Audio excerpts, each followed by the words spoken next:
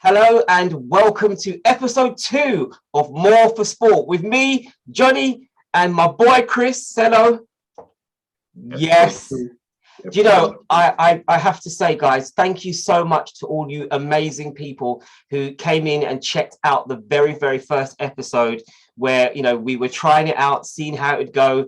And we were just really excited that it just pulled off. We had loads of people coming in, saying hello.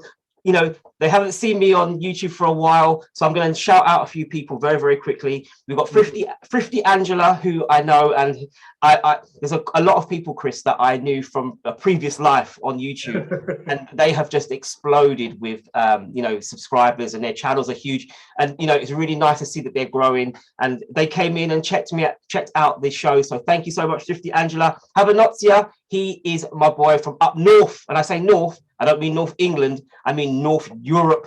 My man is up in the Arctic Circle, or very close, I think Finland. So we had love from Finland with Havanotsia. We had family travel and excursions. I believe they're from America. I'm certain that they are. I can't remember now. John Martin, he came in and supported us. He came in, he said, "Hey, how you doing?" And obviously the lovely Mrs. Morrison. Thank you. My lovely wife came in, checked out the channel as well as R&A Legacy, who, man, you've got to check the channel out. Really cool family. But yes, guys, this is the new channel. This is the new idea. Me and my boy Chris, we talk about all things football, all things sport. It's just been an amazing week, and we are going to hit the floor running with what's been going on in the football world. So, Chris, do you want to talk about last night? I don't know if you want to talk about that straight away. We wear it with pride. We wear it with pride. So, for those of you that may not know, for those that may be in other parts of the world, Liverpool had a Champions League game yesterday against... Who are they playing against? Inter Milan. So a very strong side from Italy. The first leg was a 2-0 win, which was pretty much, standard. And if you had said to me that they would go to Anfield and win, I'd have said no. Liverpool don't lose at home. No. But please tell us what happened last night. To be honest, I think to let you know what happened last night, we still need to get a little bit of context. Just a little bit. Please tell us. They are still the Italian champions. They correct. are still in with a shot of winning this year's Scudetto. Yeah? We played them at their place first. Another historic, brilliant stadium, San Siro. Yes. And in all honesty, you know me, I'm a realistic and honest Liverpool fan. We probably got away with one at their place. We got away with one. Yeah. We didn't play well enough to have won 2-0, but the 2 shots that we took that were on target, we scored them both. Their shots, that they didn't. So ultimately, it looks good on paper. Yeah. Then we come to yesterday. We hit the post twice. We hit the bar. We give the ball away, and they score an absolute worldie. Yeah. And to be honest, they went down to 10 men 2 minutes after scoring. I know. So Alexis Sanchez, ex-Arsenal extraordinaire quality player, gets himself sent off. So in your opinion, had he not been sent off, would we be talking about maybe an equalising goal and penalties? Or quite possibly. We could have been talking extra time, because in the first half, it was all Liverpool. Just keep hold of the ball, keep it easy, stay in control. Yeah.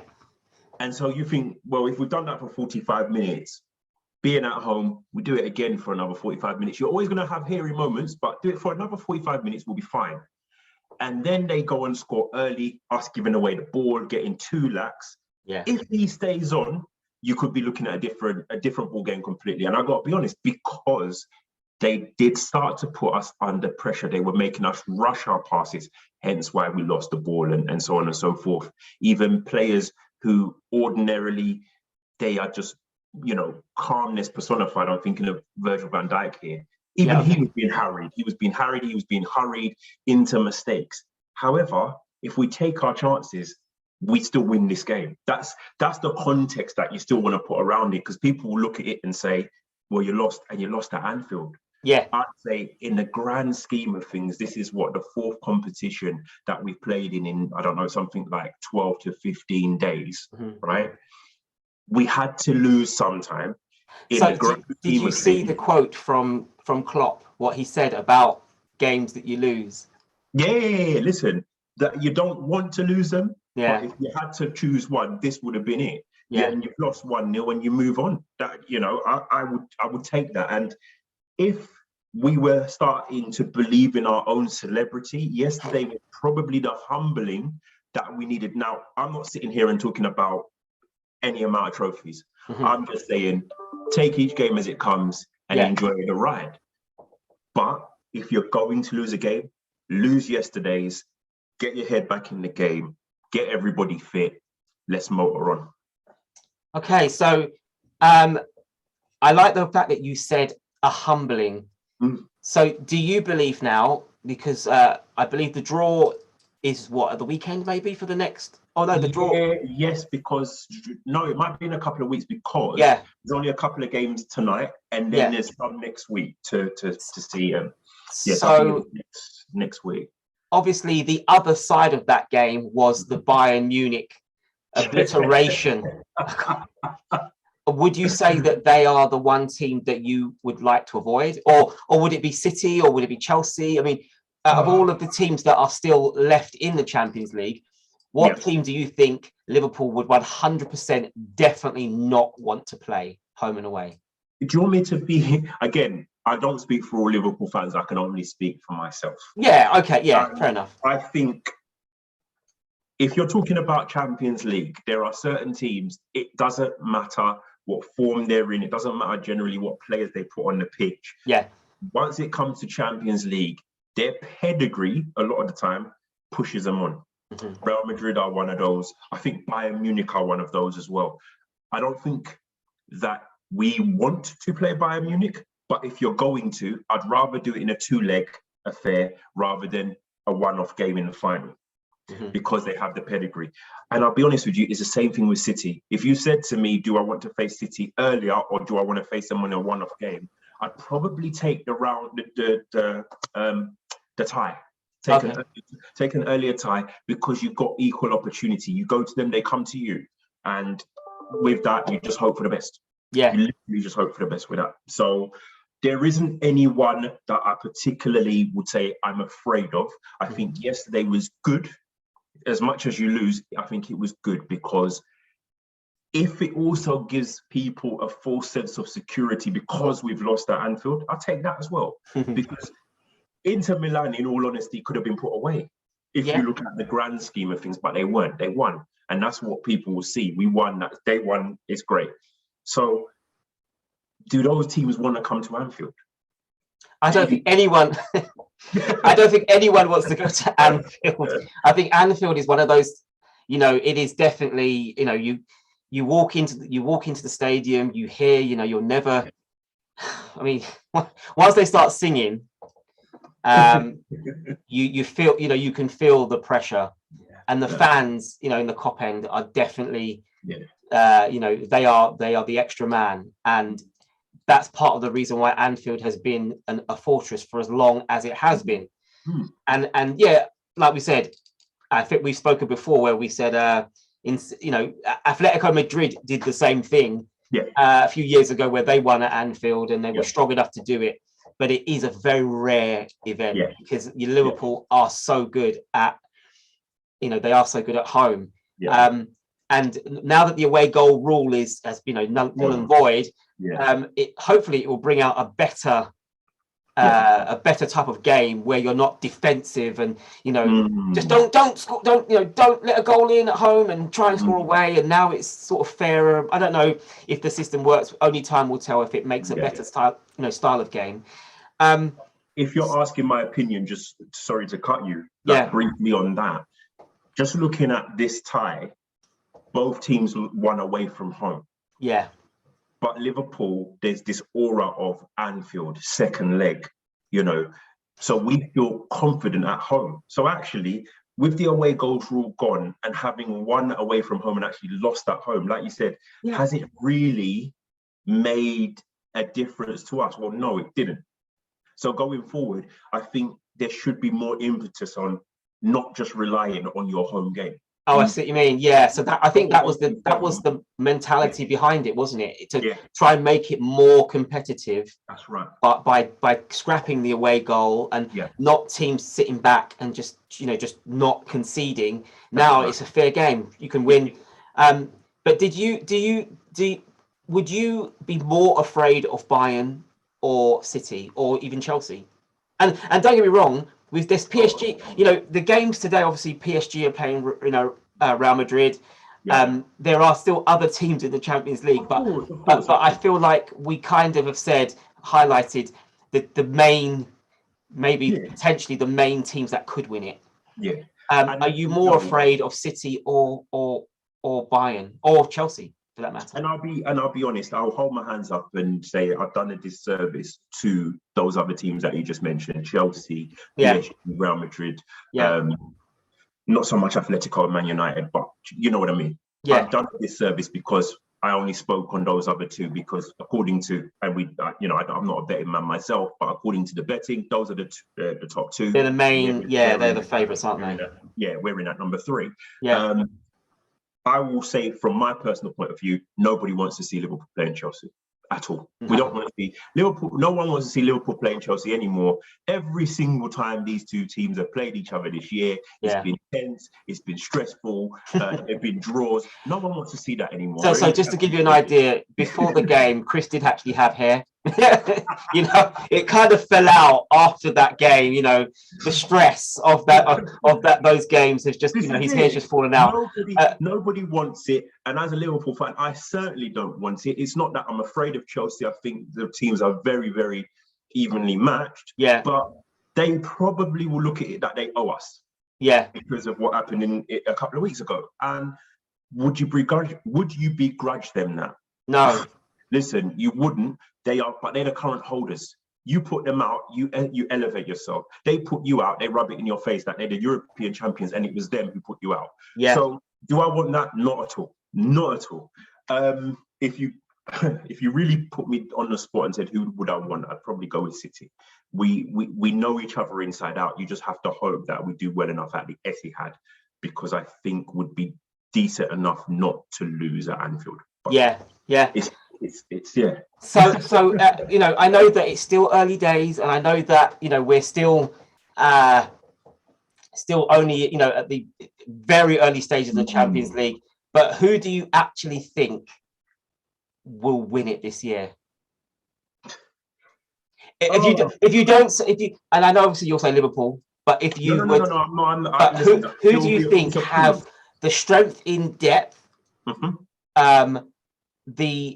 They're not pressured so much with the league. Yeah. Obviously in their respective league.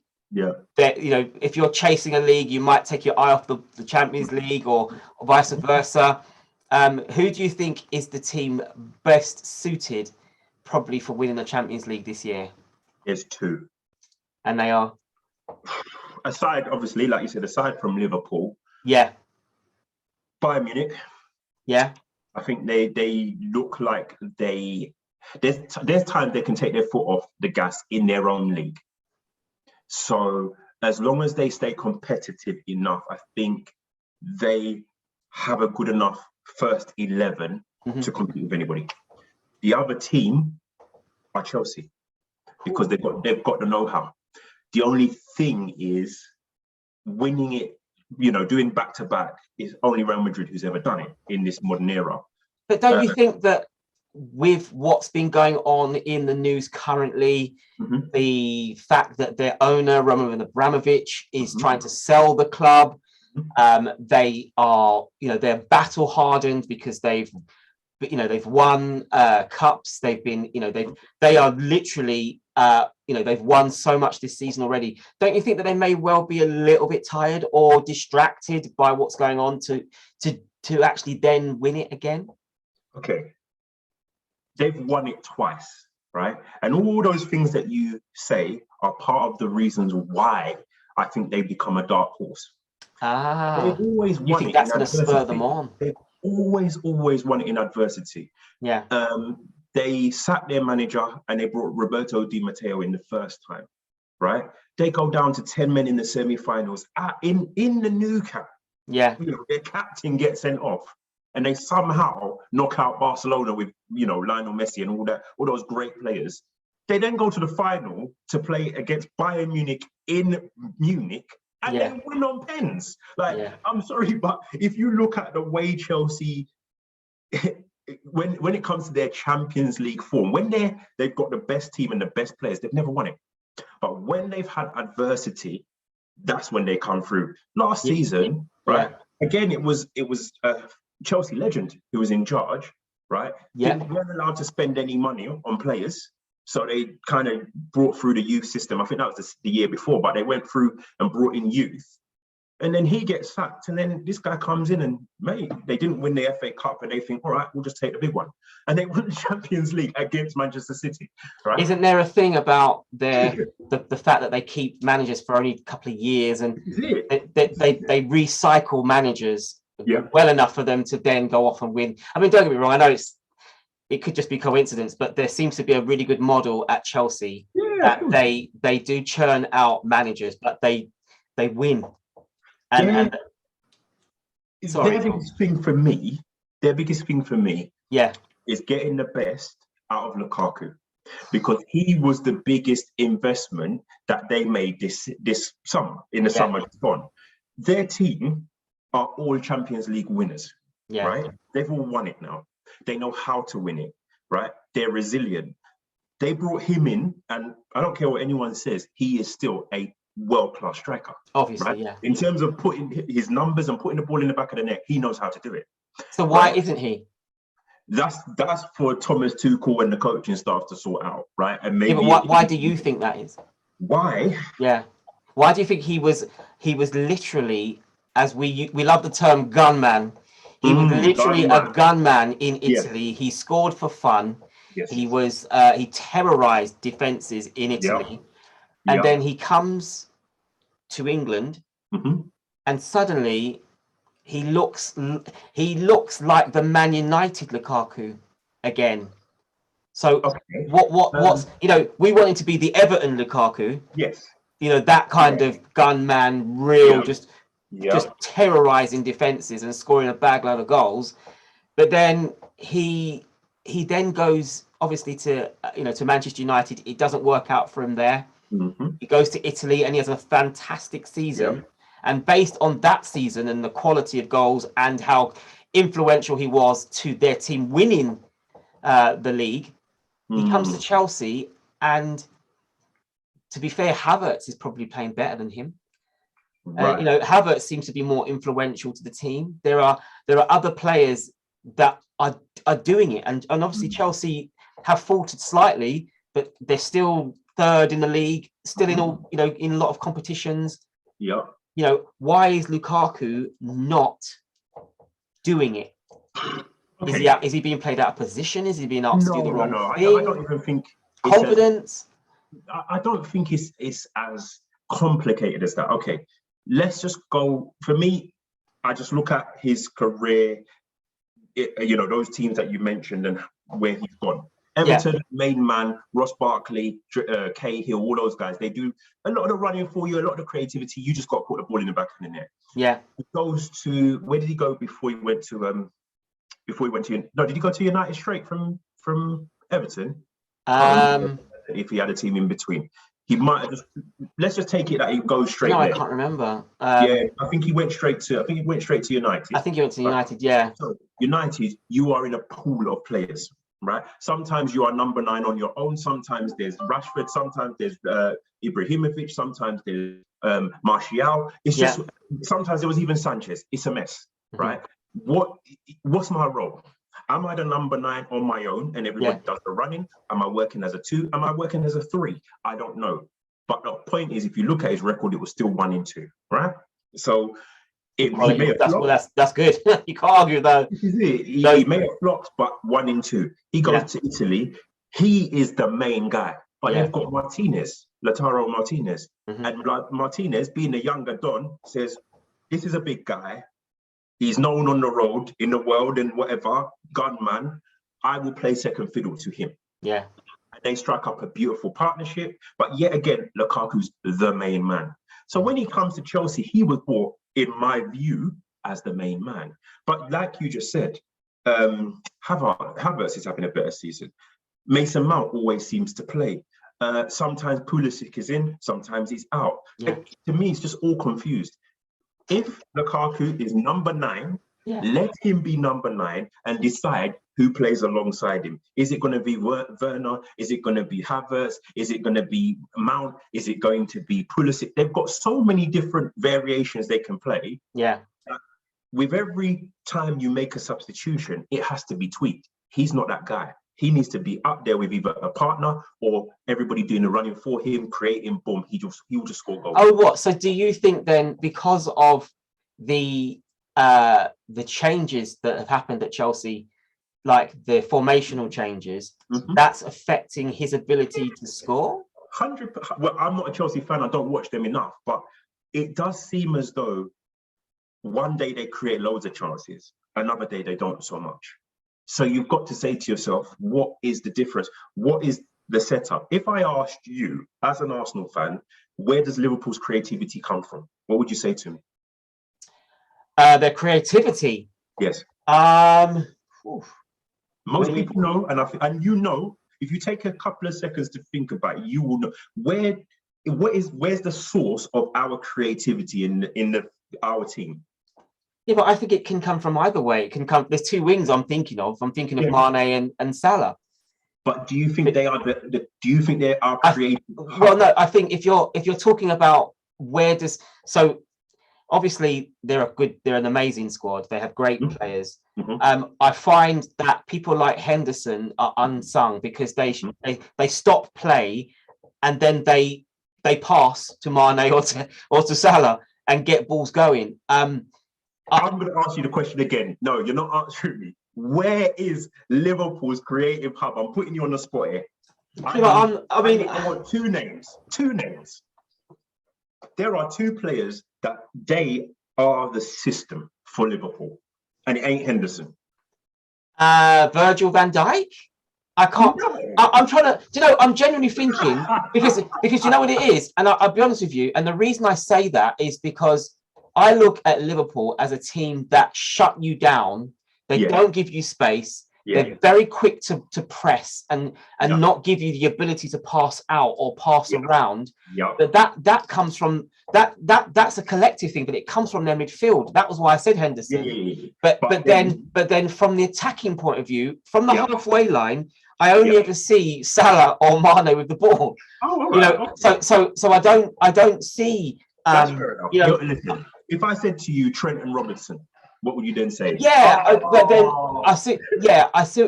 Okay, I understand what you mean now. So basically, the crosses that the fact that they get the ball from defence and will run and take it, and they're good enough that they act like wingers in a sense because they play so high up the field.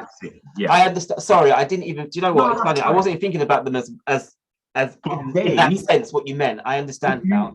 Ask most people who don't even watch Liverpool, they will tell you our creativity comes from those 2. From the and wings, like you said, the young heroes, the Hendersons and the Caters and whatever. If those guys have gone too far forward, they just slot in. And you'll see it if you watch us enough.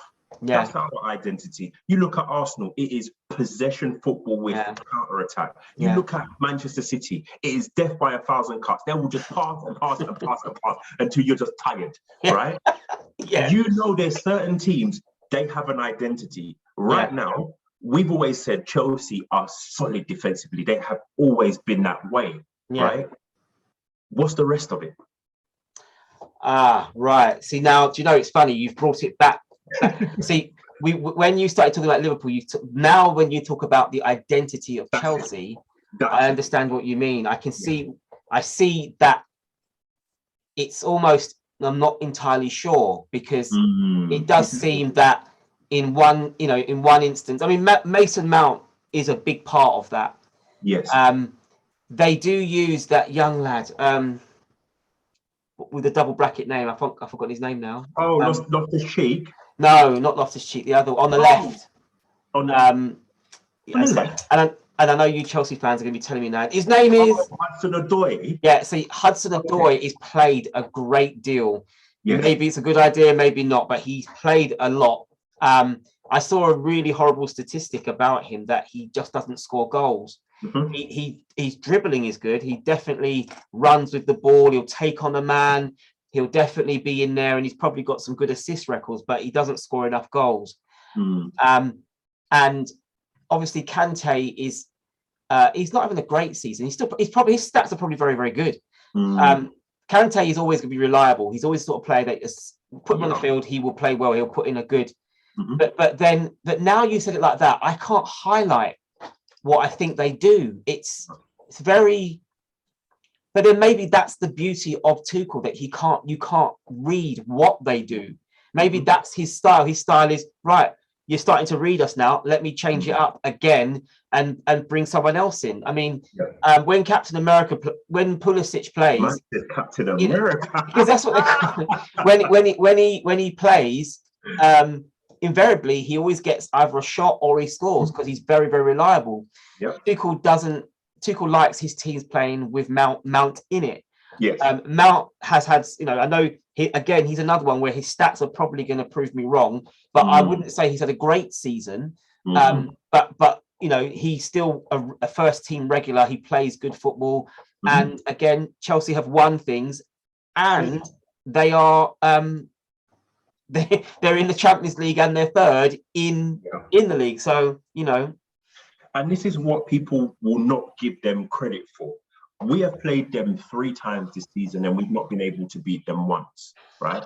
That midfield puts in work. Most times we can suffocate a team, right, just by snapping. Because if we lose the ball, it is first 5 seconds, press, try to win it back. Yeah? I mean, do you think that you were outplayed in the final? Outplayed is a bit too far, but they made the better chances. The stats will make it look as though we had more possession and blah, blah, blah. If possession is in your third of the pitch and you're passing it amongst each other, waiting for an opportunity, to me, I don't count that. So yes, they had the better chances. They attacked with more fluidity, no doubt about that. But if I'm going to say outplayed, then in all honesty, they should have won. They hit the post only once. They only hit the post once. So, I mean, what's your take? There was quite a few disallowed goals. I know. But we caught them offside. There's only one to me where I say they are hard done by, and that's Lukaku. Lukaku. For the life of me, understand why that was offside. And I couldn't tell you right now. Yeah. I told you, I'm honest. There are still grey areas with VARs. I mean, as we know, you can't score with your armpit, but yet your armpit can make you offside. And it's one of those things where we hopefully the World Cup will iron out some of those, because it's too late. You can't change something mid-season, because there would have been decisions that would have been a goal and it would be unfair. So they've got to run with it. I think VARs. I mean, when VARs first came out, that system was really slow. It took ages. They are speeding up, and they are definitely getting better at finding those decisions. I'm going to ask you a question. Go on. You are a neutral for that. I know your family predominantly are Chelsea fans, but you're a neutral. What was your what were your thoughts? In terms of the balance, what did you think of that final? And then I've got a second question after that.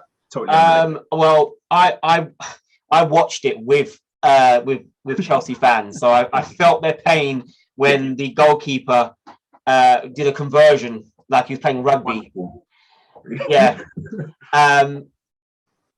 I felt Chelsea had played better. I felt Chelsea were at times overrunning the Liverpool team, and it felt very much like attack versus defense. For long periods of time, Chelsea, Mason Mount had a great game, and actually was, there was a lot of chance. There was a glaring, open goal almost situation, and he didn't get it.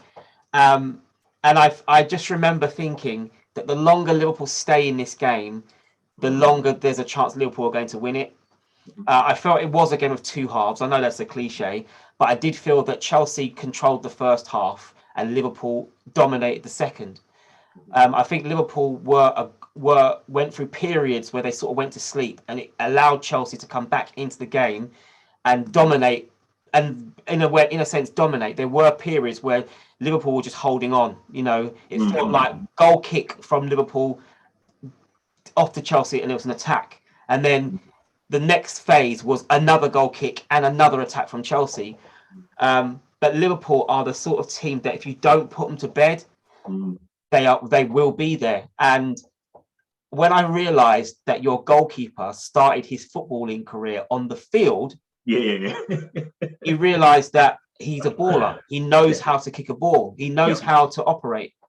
When Chelsea decided to substitute their goalkeeper, who I felt had a brilliant game, good game, but according to his stats, is not really a shot stopper.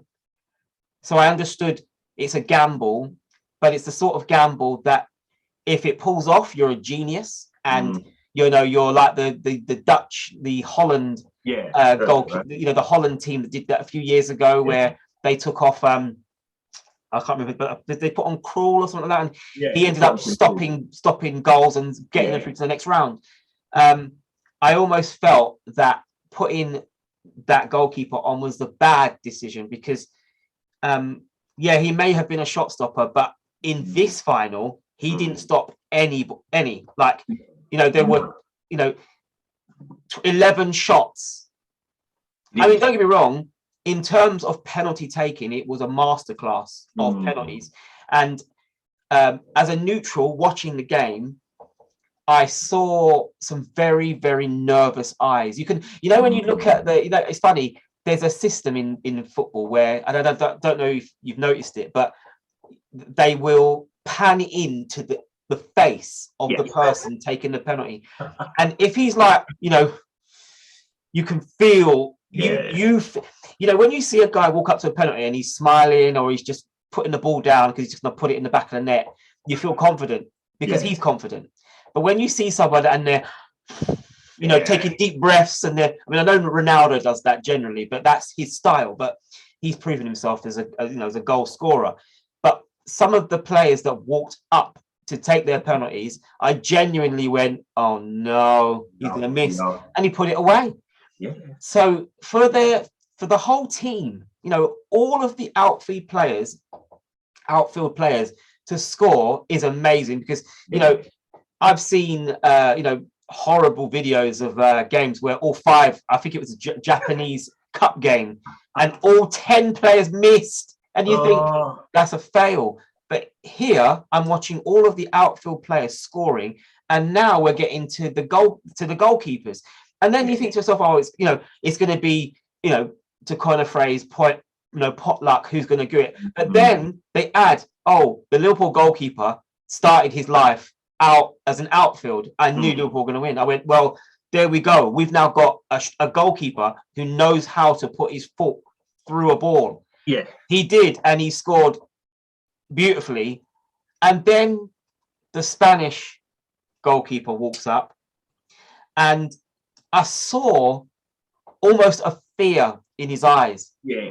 And I went, okay. And it's funny, I don't know if this is normal, and I almost thought to myself, it's a bit odd, but the camera was perfectly behind him for his goal, for his shot. And he ran at the ball, if I remember correctly, straight at it. Yeah. And he just put his foot directly under the ball, and it just sailed up. And I remember thinking, that's not a nice way to lose a final. It's not. It's not. I mean, at this stage, you've played a good amount of football, but to rely on a goalkeeper who... No, but listen, this is one thing. I sympathise with him. I do. Yeah. Right? However, when he's been the hero, he was the hero in the Super Cup.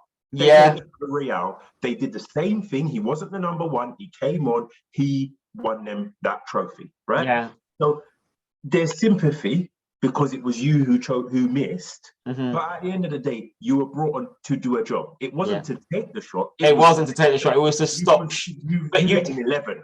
But he didn't stop any shots. He didn't stop any. Like, do you remember when we was talking about the the goalkeeper for Egypt in the African Cup of Nations, Thank you. where my man had a book where he was like, yeah, he's gonna go left, he's gonna go right, he will shoot straight. And that goalkeeper saved so many. I couldn't believe it. I was like, do you remember? I don't know if you've ever seen the meme of Gandalf where he says, "You shall not pass." Yeah. Because that's what it felt like. This goalkeeper was like, he was doing a Neo. You know, he was doing the Matrix with his hand, just stopping balls. And then we get Areza Balaga.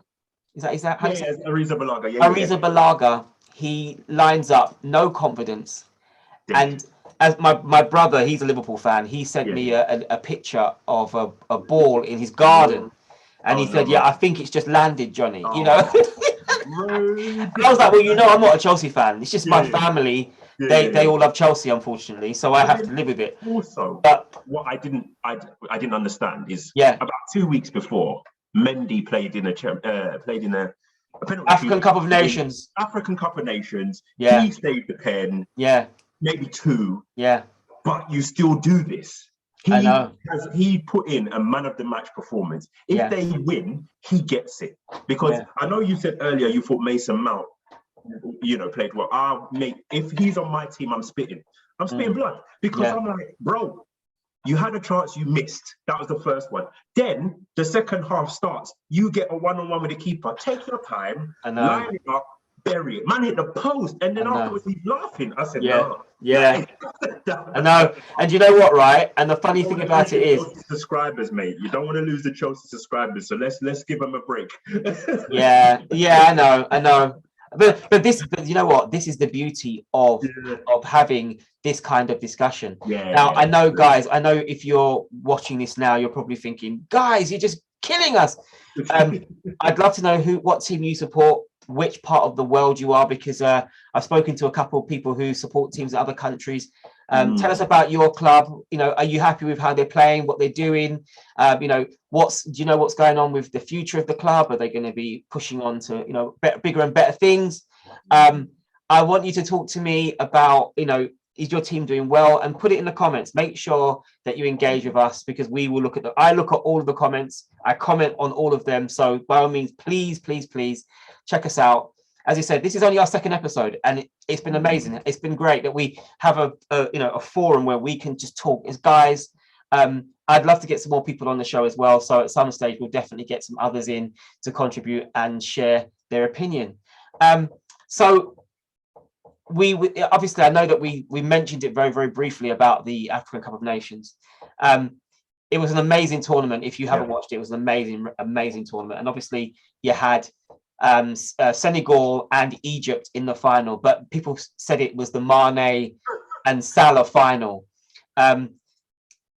They are amazing at Liverpool. Both of them are great players at Liverpool, but at international level, I felt that Mane seems to play better. Now, I would like to know your opinion why it is that Salah doesn't play as well for Egypt as Mane plays for Senegal. Okay. Obviously, I don't have the 100% reason. I look at Senegal and I think as much as what's his name? Mane. Is Sadio Mane. He plays Sadio Mane. Like he plays his part, right? He plays his part. He elevates them. He's one of their main guys, but he's not their captain. No. Their spine play at top clubs in Europe, right? Goalkeeper, Chelsea. Their defender, Napoli. Midfield, Crystal Palace, still top tier in England. Right? And then you got Sadio at Liverpool. You can't say the same about Egypt. No, they have players that actually play in like Saudi Arabian league, and it may not be at the same standard or level, but Egypt always make the final of the African Cup of Nations. So there must be something about their squad that, though they may not all play at European, or they may not play in the best leagues in the world, they still are better that they make finals. Yeah, all the yeah. time. It's So explain. So heritage. do you think it's the pressure of being captain why Salah doesn't play as well? Also, does he play in the same position? No, no, definitely not. Yeah. He plays a little bit more centrally. It's only when they make substitutions that he might push back to the right hand side. Yeah. But he is a lot more central, you know, almost like at the top of the arrow, so to speak, or the tree, whatever you call the formation. Yeah. But at the same time, let's give credit where it's due. Egypt are the record holders when it comes to the African continent tournament. Mhm. They've won 7, and I think Cameroon are next with 5, right? Yeah. They are a big boy team. This was Senegal's first one, I right? know. Was their Amazing, isn't first it? What a one. great story for them. Whole Exactly. country. So it's like we were saying with the Champions League. Doesn't matter where you are, there's teams that have heritage. When we look at our own in this continent that we live in, Europe, there's certain teams who, when it comes to qualifying, will be dreadful.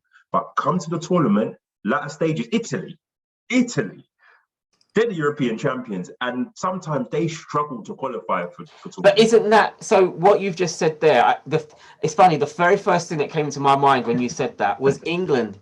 I went, England are brilliant in qualifiers. Like they will go 10 games and will win all 10, Yes. and you know, and then go to a tournament. I mean, maybe not so much now. I mean, the last 2 tournaments, England have got to semi-finals and final, so that to me is progress. But generally, before those 2 tournaments, we seem to just never make the grade at the latter stages. But when it comes to, I mean, when you think people like Rooney, most of his goals have been scored in qualifiers rather than in tournaments. You know, because it just seems that that's what we're like. But then, as you said, it's like I'm genuinely gutted that either Italy or Portugal are not going to the World Cup, because 2 amazing teams that have just let themselves down in qualifying and have now got to play each other. But I don't, for me personally, I think it's hilarious. At the end of the day, right, there is it's hilarious if you win. Well, listen, I can care less. If you know, and apologies to anyone who subscribes.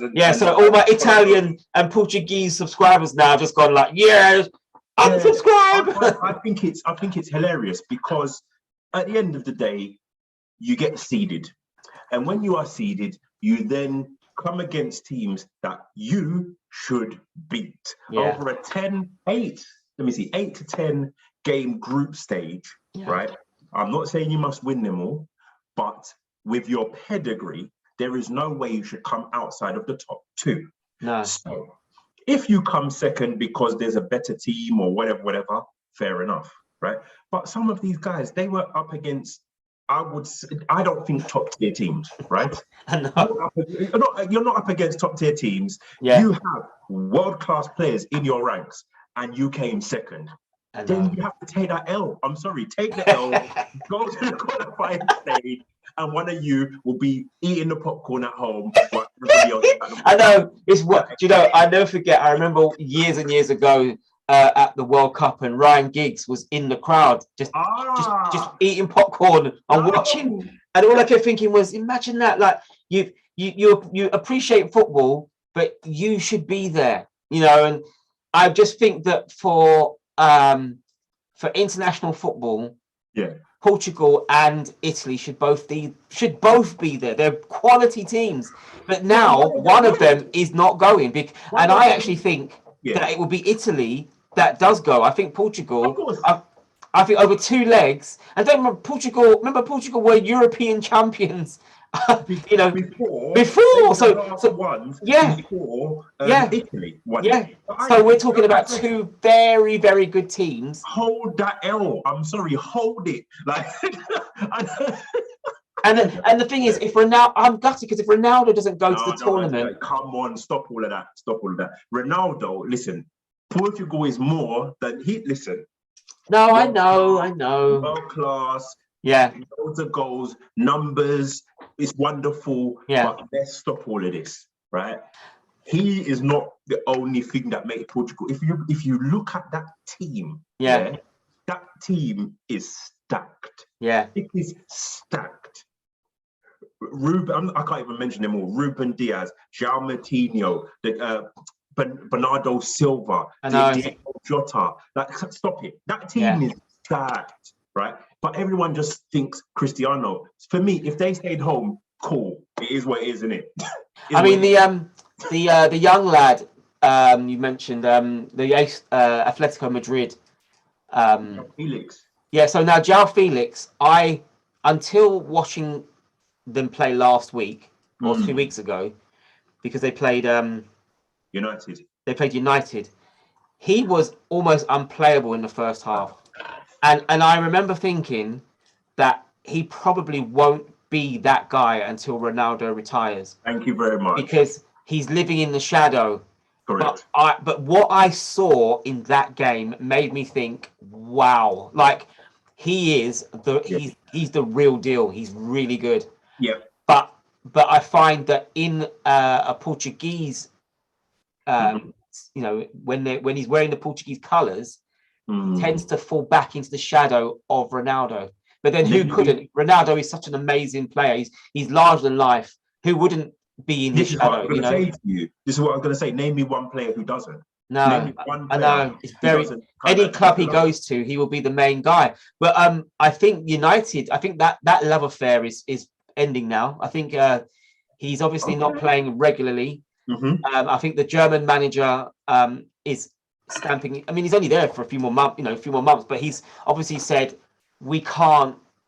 We can play. We can play. Ronaldo for nostalgia, but we've got Sancho. We've got loads of young players coming through that are stifled. I mean, I think that Rashford definitely is a shadow of his former self. And that's partly because he's playing with arguably one of the best Man United players ever. So a question. That's not. Sorry. Question to you. Yeah. Two questions really. Ronaldo plays what position for United? He plays up front, doesn't he? Right. Yeah. So take him out. Which young player is he stopping from being their top striker? See, I think that it's a good question. I think that you have, when you said young, it's difficult because obviously they got Cavani as well, and I think Cavani. Because Cavani is old, he's a mature. He's a mature player. So I think Cavani's the sort of player that you'd probably want. He scores a lot of goals for you, a lot of goals for United. I think Sancho is definitely someone who is in his shadow. I think Rashford is definitely in his shadow. I think none of them play where this is my thing. What I'm saying is Ronaldo can play in other positions to help them come through, but they don't put him there. They like to put him in that position. I think that's debatable because when you look at the numbers, because for us, it's still okay, not for us, maybe for me, when I do speak to some people, I think it's still skewed in terms of the fact that there was a pre-Real Madrid Ronaldo at United and a post Cristiano Ronaldo. Because even when he was at Juventus, he was a striker. Yeah. See, from time he went to Real Madrid, he has never played on the sidelines. Right. Even when he was at Real Madrid, okay, there was times when he would have to play from a different position if Benzema was playing as number 9. But even then, it was Benzema. Yeah, but this is what I mean. Someone of the quality of Benzema, in many ways, was almost blighted. The last two seasons, I feel like the last couple of seasons, Benzema has. So I don't know. You probably wouldn't even remember this, but Arsene Wenger wanted Benzema when he was in France. Okay. And I prayed. I was like, please let me get Benzema, because I knew that Benzema was the missing piece to us. When after the Henry era, if Benzema had come to us, we would have had a chance. We would have still had a chance. But he went, and don't get me wrong, he went to Real Madrid. Yeah. And he joined at the same day as Ronaldo, because I remember the unveiling. They unveiled Benzema, and then Ronaldo, and it was like, wow, you've just got two of the best players to go. But then Ronaldo is the one who ended up being at the forefront and being more, he was much more popular. He was much more in the news, and Benzema kind of took a back seat. Still scored goals, but nowhere near as many as Ronaldo. Yeah. But lo and behold, last season and this season, Benzema now is completely, he's out of the shadow now. He's the main guy at Real. And obviously Vinicius Junior is also, playing amazingly well. And I read an article this morning about is he now the new replacement for what's his name? What's the Brazilian that plays in France? Neymar. For Neymar, is Vinicius Junior going to be the next Neymar? Because he's doing so well. And in my head, I'm thinking, well, that's what Ronaldo does. Ronaldo goes to clubs, he outshines the main guy that was there. Because at Juventus, it was the Argentinian. It was Dybala was knocking in goals left, right, and centre for him. But then Dybala took a back seat. Then he comes to United, and with all due respect, United were not. They may not have been the best team under Solskjaer, but they certainly were not as garbage as they are now. I mean, and I say that with the utmost respect, because if you're a United fan, you are expecting excellence. Seriously, if you're a United fan, you have got in the last 20 years, you expect excellence. Sometimes unfounded, because it's not like you've got a team that can do it. And you've got a team like their noisy neighbours next door are the real deal. They're the ones that are knocking it and just can't do it in Europe. But United fans have got used to seeing quality. They're used to having, going to Old Trafford and watching a good game, but knowing they're going to win. Now they are looking at a team that, well, I don't know if we're going to win. We may not win. It might be an ugly draw, or we might lose. They're no longer that team. Alex Ferguson was instrumental, I'm told. So Alex was instrumental to getting Ronaldo back to United. And don't get me wrong, from a business sense, it's a fantastic deal. If you get Messi or you get Ronaldo in your club, revenue is going to be up. Everyone's going to be spending lots of money to see. That's great. But the club, the team has suffered. And no manager is brave enough to put him on the bench. No manager is brave enough, because if you put him on the bench, the journalists are going to say, why aren't you playing him? And if you play him, then you're going to have players going, oh, I'm in his shadow, I won't play as well. I think Rashford is a perfect example. Don't get me wrong. I don't think Rashford had a good season last year. And, he's carried it on this year. And people said he's distracted with his charity work, and he's distracted with all the things he's doing. He's doing amazing. The things he's doing outside of football is amazing. But actually, we know him as a footballer. We want him to be playing football. We want him to be doing well at United. And I feel like he's becoming a little bit of a Welbeck. He's going to end up being else. No, I don't mean that disrespectfully.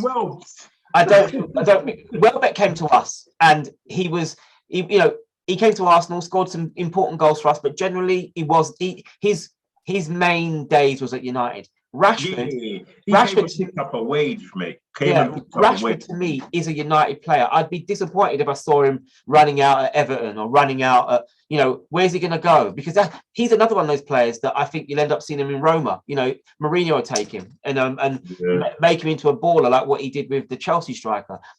I feel like, where does he go from here? When you've played at one of the best teams in the world, where do you go? I know we divert. This is our conversations. This is what happens. We end up talking, and we end up talking about loads of stuff. It's Ronaldo thing, right? Yeah. Let's look at the statement that was made with the Portugal team. It was, but Ronaldo. Everything is but Ronaldo. But the point is, right? No, but it's nostalgia. I want to see. Of course. But I want to see Ronaldo at the World Cup, but not at the expense of Italy, because now Italy, Mancini must be thinking, I could win that. And Italians and any Italians watching this, maybe you can correct me if I'm wrong, but their mentality is very different to football. To maybe when you speak to an Italian, they don't treat football like how we do. They just expect to win, and even if they win ugly, they win 1-0, they still won. They're quite happy to look at the way in which that Italian defender grabbed up Saka when we played. Imagine, grabbed him by his neck, by his throat, and did not care for the yellow and smiled at him while he did it. Because Italians, and this has always been my take on the way Italians play football. They are very much a case of it doesn't matter how we win as long as we do. We do. So if we win by penalties, we still won. If we win in the 91st minute from a boring 0-0 and then we win 1-0, we don't need flair. Right. Where's the flair? Where's the And I get that, but football is won in different ways. Yeah. But it's going back to that Ronaldo point, right? And this is what I'm talking about: football in different ways. It's all well and good. Ronaldo is stifling people's whatever. But the point is, your career is one. Yeah. You only get one chance. That's why, you know what? It's Italian fans. Supposedly, they'll just be like, look, as long as we win, we don't care. Yeah. Ronaldo is, I got to do a job. And let's be real. Every time he's gone to a club, he's gone with the pressure. Right? Mm-hmm. He was at Man United, he learned his trade, he became the best. Then he went to Real Madrid. At Real Madrid, even all the times that he was there were sometimes people booed him. They didn't like the guy. Yeah. But when you've got shoulders like his, you just produce. The numbers are there. You could have put Benzema at the number 9 and said, okay, then give us the numbers he gives us. Mm-hmm. He might be doing it now, but would he have done it like Ronaldo has done it? Ronaldo is their record goal scorer. This is Real Madrid, you know. I know. Big Real Madrid, and he's their record goal scorer in modern era. It's amazing, isn't it? Listen, go to Juventus. Okay, they won the league the first time, but the second year, I think they came fourth, just about to scrape Champions League. But the point is, he did his job. He's come to United. Tell me who's outscored him? No one. So what? Is he the top scorer? No, I thought Hernan. Who's the other Portuguese? Who's the other Portuguese guy? Bruno Fernandes. Isn't he? I think he's the top. No, Ronaldo has blatantly outscored that guy. Has he really? I need to. We may need to confer on that one. Go and check the statistics. But the point is, even if he's not the top scorer, and he's definitely top 2. Yeah, he gets the job done. This is the difference. You can't say to him, play in a different position because we want to bring through this Don. This is Man United. Yeah. Like you said, they feel they've got a divine right to be winning, to be at the top table, to be relevant. The only way to do that when you haven't got somebody who is young, who's actually progressing, is to either work as a unit or go and get this one guy who's going to do bits. They chose to go and get the one guy who's going to do bits. Personally, they shouldn't have done it. They should have left it alone and just carried on with the journey that they were making under Solskjaer of working on the team. Yeah. The moment they changed the structure, you're right, it's gone belly up. But the point is, if you check the numbers, he's probably their top scorer. Do you know what? I was going to check, wasn't I? I didn't check because I actually said to myself, I'm not sure. I'm not certain about that. I'm certain that the midfield. Listen, Bruno, you speak to United fans. If you know some sensible ones, they will tell you. I love the way you say. I love the way you say sensible one. Sensible one. They will tell you that he goes missing in the big games. Oh my goodness! Of the big games. You know what? I have to apologise to you, Chris, because I've just looked at it and he scored 15 goals. And the next is Bruno Fernandes, only on 9. So I actually thought that I didn't realize he'd scored. So this is what I mean. He is integral to what they do.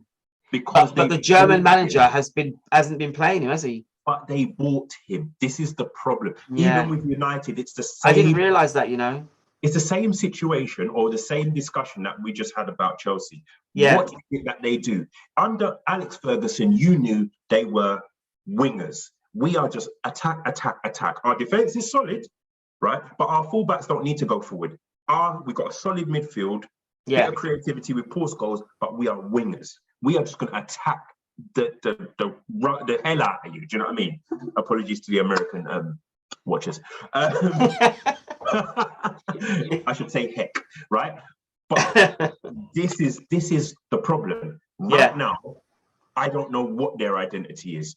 You play 2 holding midfielders, Fred and McTominay. Then it's Matic. Then it's Pogba's playing false nine, then it's just confusing, and I don't think. But isn't that partly because of injuries? They're having to. No, you buy the players of a particular profile.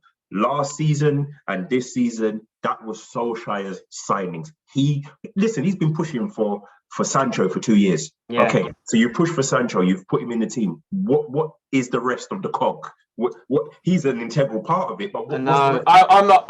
I actually felt that, and it's I'm probably going to be slated for saying this, but I didn't think it was a good fit for him to go to United. When he was in Germany, he was brilliant. I feel like he's a shadow of his former self. But then, obviously, the German league and the English league are very different leagues. But I just felt that when he was in Germany, he was, especially at not Bayern, he was at Dortmund. He was very much a bigger fish. I mean, I know Haaland was there and the Bellingham, and I know Bellingham was there, and I know but they seemed like a good little fit. Yes. And he's gone to United now at a time where, and keeping in mind, he was at City first, so he's gone from City to United. He's almost gone to a United team that is a shadow of their former self. They're not that team anymore, and he's gone there. And I just didn't see him as being, the right fit for that club. But then, as I said, he may have a great season next year, and they may well be, back on. But at the moment, if Arsenal continue the way they are, if Arsenal, win a couple more games, they will be literally dust. They will only, no one's catching. You'll be looking that way, upwards rather than downwards. No one is going to be looking at. I mean, Liverpool and City are gone. Chelsea are potentially, if they get distracted with cups, they could be caught. The fourth spot, which I think we just assumed would be United, is now very much our Arsenal's to lose. We've got 3 games on the other teams, and there's a very good chance if we win. I mean, we're going to play you guys, and I think that means nothing. That would be I think that would be the one time where you and I will just not have to talk to each other on that. to me, that means nothing, because listen, we lost to Inter Milan yesterday. People would have said we wouldn't. So it doesn't mean anything. You play football on the pitch, not with the names on the paper.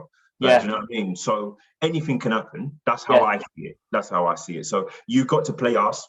I don't particularly want to have to play that game if it's going to impact on potentially catching City. I don't want that game. I'd rather play Burnley away. I'm not going to lie, But I think you will give us a chance to play football. So we just have to hope our football is better than yours on the day. Literally. No. I mean, so I think that when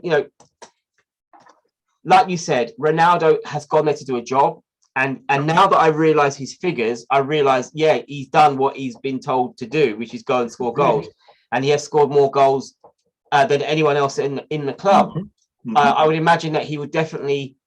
I often wondered, and I said this before. I wondered whether he was not bought for the league. His main thing was to push them into the Champions League and actually go further. Because he's a flair player, and is he going to be the sort of player that they're going to need away at Burnley and the difficult games when actually he might score a wonder goal against Atletico Madrid? When are they playing today? No, they're playing. No, next week. They're playing next week. Now to me is going to be an amazing. I know obviously we're going to be watching the Real Madrid PSG game, because that's going to be a great game. It's going to be a cracker. I don't know whose side I actually want Real to win. Whoa.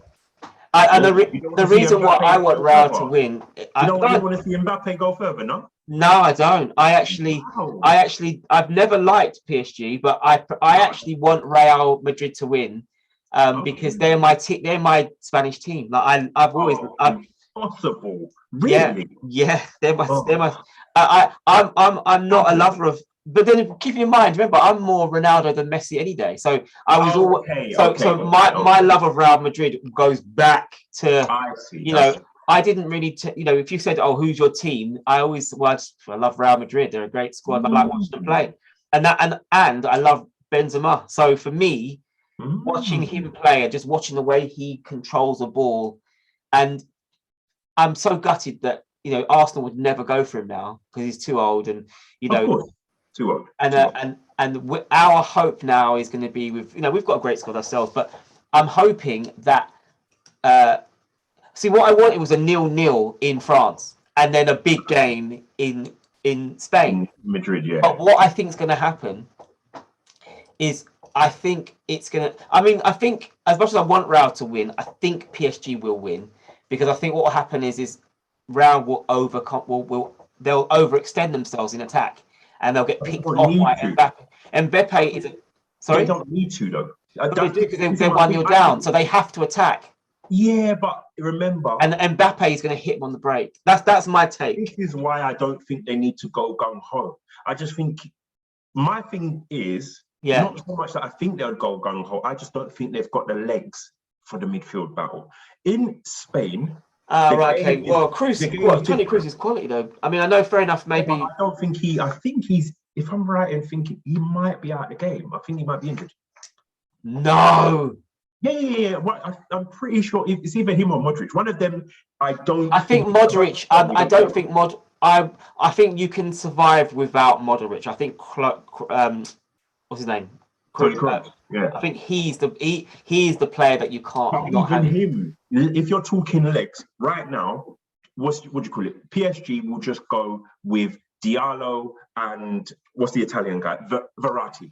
Verratti, yeah. And then they'll say, okay, we're getting a bit tired. Let's change it up. Herrera. Okay, we got Wijnaldum. Listen, oh my word. That's why I'm just like, for me, Real Madrid probably lose the game in the midfield if they go gung ho. Okay, so you need legs. With that team, what you've just mentioned, why is PSG not on your list of potential winners?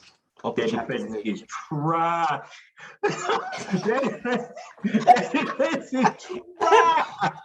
It's funny, isn't it, that they've spent all this money and can score for fun, but they didn't think that they need to defend. No, but they bought Ramos. Remember? Ramos. I mean, don't get me wrong. He was a leviathan at Real Madrid, but you know, he's a spent force, isn't he? And more likely to get himself sent off, seeing as that's what I've noticed with him. You can't be serious about winning the Champions League and one of your central defenders is Pencil Kimpembe. You can't be serious, brother. You can't. I'm sorry.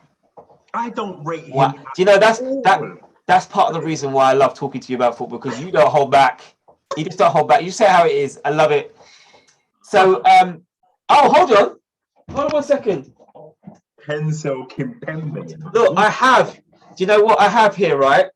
When this is our hourglass, yeah. When we are going to be winding it up and leaving concluding comments. Yes. Flip. How long does it last for? I don't know. I actually don't know. To tell the truth, I've got about 13 minutes anyway. So well, then, do you know what? I think that this is where we leave our concluding comments on episode 2 of More for Sport, because I think that this has been a great. Get the people that you shouted out. Thank you so much. Yeah. Oh man, definitely. And give us subjects. Give us subjects that you want to hear about. Like, you know what I mean? That's good. I think that if we have, you see, the funny thing is, what I'd like to do is I'd love to be able to get more people from all different countries telling us about their club, and then maybe we could do a bit of research on the club and talk about them, because I think that's interesting. Plus, it helps with our football knowledge as well. We can talk a great deal about maybe Premier League, but we can talk about European leagues, but Premier League is what we know. I mean, I often think to myself that we're very fortunate that we live in a country where football is such a big part of our. It's the national sport. We've got cricket and we've got rugby, but if you love football, you've got an opinion. And there are so many clubs that are there or thereabouts. I mean, the fact that we have 4 teams still in the Champions League says a great deal about the Premiership. And in a sense, we could probably get material and content all the Yeah, time, because we would just talk about anything. I did, you know, for those of you that maybe just tune in, we didn't have an agenda. I literally said before, we're just going to just talk, and the fact that we can do it, I always find that fascinating. Yeah. That we can just think of a subject and we'll just talk about it.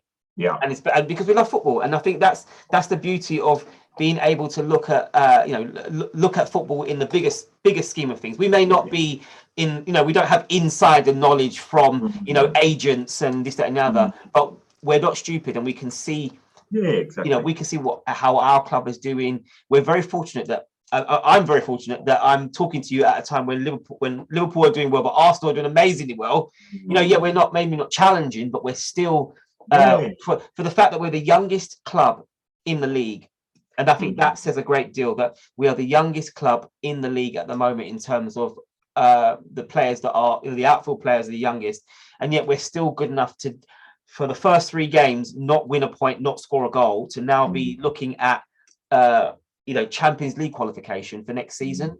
That's where the money is. And it will be a good way for our manager, Arteta, who obviously has taken a lot of flack. He's taken a lot of flack but we believed in the process, believe in the process, and it will work, and it has. We're very fortunate. I would love for that to be part of one of the next couple of shows, because I want to know, I know we've spoken on it on a private, but I want to hear it from your perspective. Like, where do you see the club in the next 12 months if you get Champions League, or if you don't get Champions League? I'd love to know that, because I know we're counting down on the time and stuff, but some of the goals and some of the football that you played on the weekend was out of this world. Was it the 3rd goal? Martinelli's goal? Martinelli's goal. Gracious. I was like, I actually applauded. I mean, you need to help. Remember, Arteta threw the ball in. He was ball boy and threw it in. But you know what it is? I think what it was is he could see that Watford were slightly out of position, and he just threw it to Saka, and that was it. From that moment on, we were engaged, and Watford were not quick enough to respond to it. We have got a very difficult game against Leicester at the weekend. Who are you guys playing at the weekend? Oh, you've caught me on the hop, I knew who it was. Is it West Ham? No, we just played them. We beat them. Oh, yeah, you beat... Sorry, that was last... Yeah, so, well, picture it this way. We've got a difficult game against Leicester. If we can win that, that gives us breathing space from United. I want us to talk on that, because I think going forward, that's going to be... Like, put it this way, after this weekend's round of games, we should have a segment just to find out how do we think we did, and what does the picture look like. Okay, that sounds good. I like that. I'd be intrigued to see how you feel come the weekend. We got Brighton away. We're at the Amex. Okay, so in a sense, that's Brighton haven't been playing well at the moment. We drew with them. We drew with them at Anfield and lost to. No, we didn't lose to. But what I'm saying is that they've been on quite a long run. Yeah. Where I'd imagine confidence. I mean, they'll raise their game up, but I can't. But that's the thing, you can raise your game, and when you attack a team, you're the home team, and you attack. Yeah. Liverpool absorb, and then when you're tired, they hit you in the break, and then they win. And I think that's when you're the home team, it's the onus is on you to attack, which means that you are going to be exerting a lot of energy. That's what they always say, for all the the possession and all the attack. If you're playing at home, you need to score early, and you need to score, because you're exerting a lot of energy, and the defending team, they're exerting as well, but no, when they're not doing the runs, they're defending. You're the one trying to split them wide open and whatnot. Anyway, sorry. So that's what I'm saying. If the people then want it, we could do an immediate weekend reaction. Because remember, United play Tottenham. That's a massive for the top 4 this weekend. Do you know what? It's massive. And this is going to sound bad, but obviously Tottenham over the last couple of games have been win, lose. Yeah. So they beat Everton their last outing. Absolutely. And they are playing Manchester United. Yep. That's going to be a good game. But that's what I'm saying. Let that game go on the Saturday. Yeah. Your game on the Sunday. And I think we have a little segment just about the weekend's fixtures. Well, let the people decide. Keep that in mind. We are actually going to be back on here on Sunday. So by Sunday, we will have had a good roundup of what's been going on in the football world. Sincerely, if you are watching still. I really appreciate all of the love and all the support. Please hit that thumbs up, hit subscribe, hit the like button, hit subscribe. Hit the like button, hit the subscribe. If you like what you see, please consider subscribing to the channel and just joining us in our madness. And yeah, if you've got a subject, put it in the comments. We are so grateful to you guys for coming in and leaving comments. So thank you so much for being here. And until the next time, people, you take care. Be good. Love you. Watch football, and we'll see you soon, people. Laters.